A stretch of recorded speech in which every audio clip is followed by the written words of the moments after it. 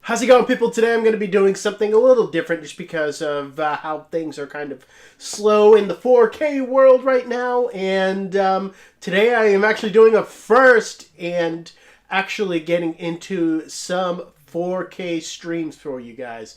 I wanted to do some that were actually in 4K as far as streaming goes and actually had some Dolby Atmos because I do talk a lot about those two things. So as for all the movies that are actually streaming ahead of time because of everything that is going on right now, there are only two that are 4K with HDR and Dolby Atmos as of this recording. And those are Birds of Prey and Bloodshot. People are already reviewing Bloodshot digitally, so that means that I'm going to do that second. That's going to be my second video. And this video, I'm actually going to be reviewing Birds of Prey. Now, I have already reviewed the movie when it came out in theaters, and if you want to check that video out, you can check that out right up here, but I am going straight into the actual video quality of this stream. Now, as of right now, as far as specs are concerned, they are telling me that this movie actually has a 4K digital intermediate. Sometimes they update their specs when the physical copy gets released, and then they say that it actually has a 2K digital intermediate. But right now, this movie is said to have a 4K digital intermediate, and it looks damn good. I would say that it looks really good, about as much as I would expect from a digital stream, actually. And what you have is clarity that is pretty good here. I would expect more from the physical copy, but as far as streaming goes, this is still pretty good.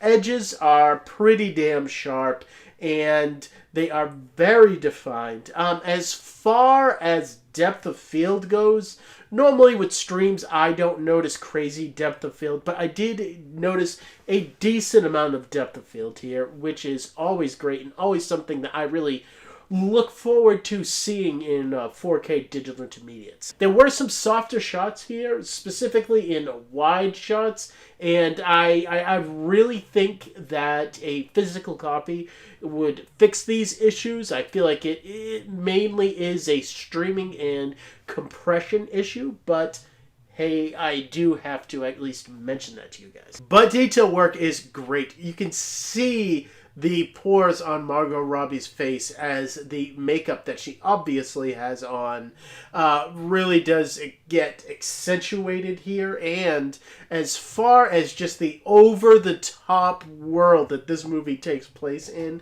just the over-the-top city, I feel like there is a whole lot of detail in surroundings and in clothing as well. CGI in this movie has never looked that great. The cheetah that is in this movie looks pretty bad. It still looks pretty bad here, and I don't expect that to change in the physical copy. But the star of the show here is the HDR. It looks damn great, and it was what I was expecting. You know, you just have such bright colors in this movie with the neons and the greens and the pinks and the purples. All of that, actually, they really do pop here. And I feel like, specifically, like if this movie is given Dolby Vision support in the physical copy, I feel like it would just look even better. I mean, this looks damn great.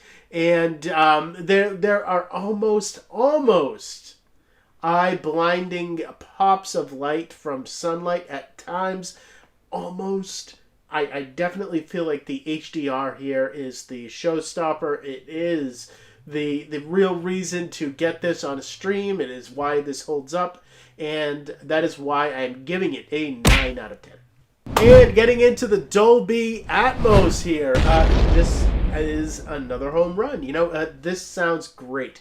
This is a very active score. You get a lot of thumping bass with the score here and with the music that is playing throughout this film.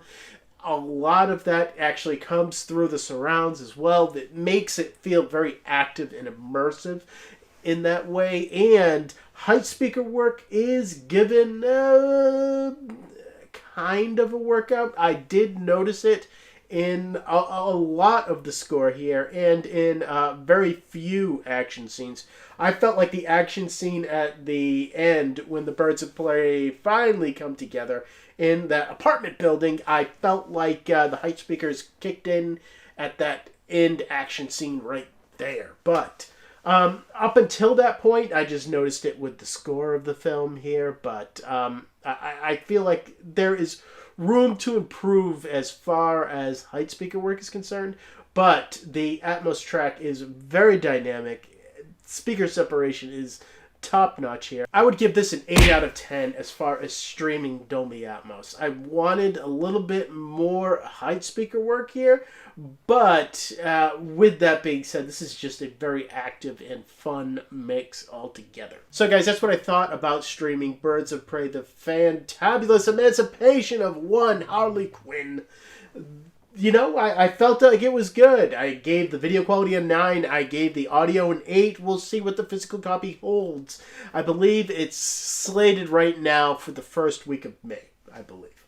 So, look forward to that. And coming up next on the channel, I have to review Bloodshot on the digital stream. I did check that out. I'm going to review that for you guys. And then after that, something huge. Something mega big. And I can't wait for that. So, stay tuned to the channel. And right now, as far as April is concerned, there aren't too many things actually getting released. So comment down below if you can think of anything that you actually want me to talk about, because I still have to make videos for you guys. And as always, thank you for watching my videos. You guys are awesome. I don't need to say it because you know it. And I will see all of you next time.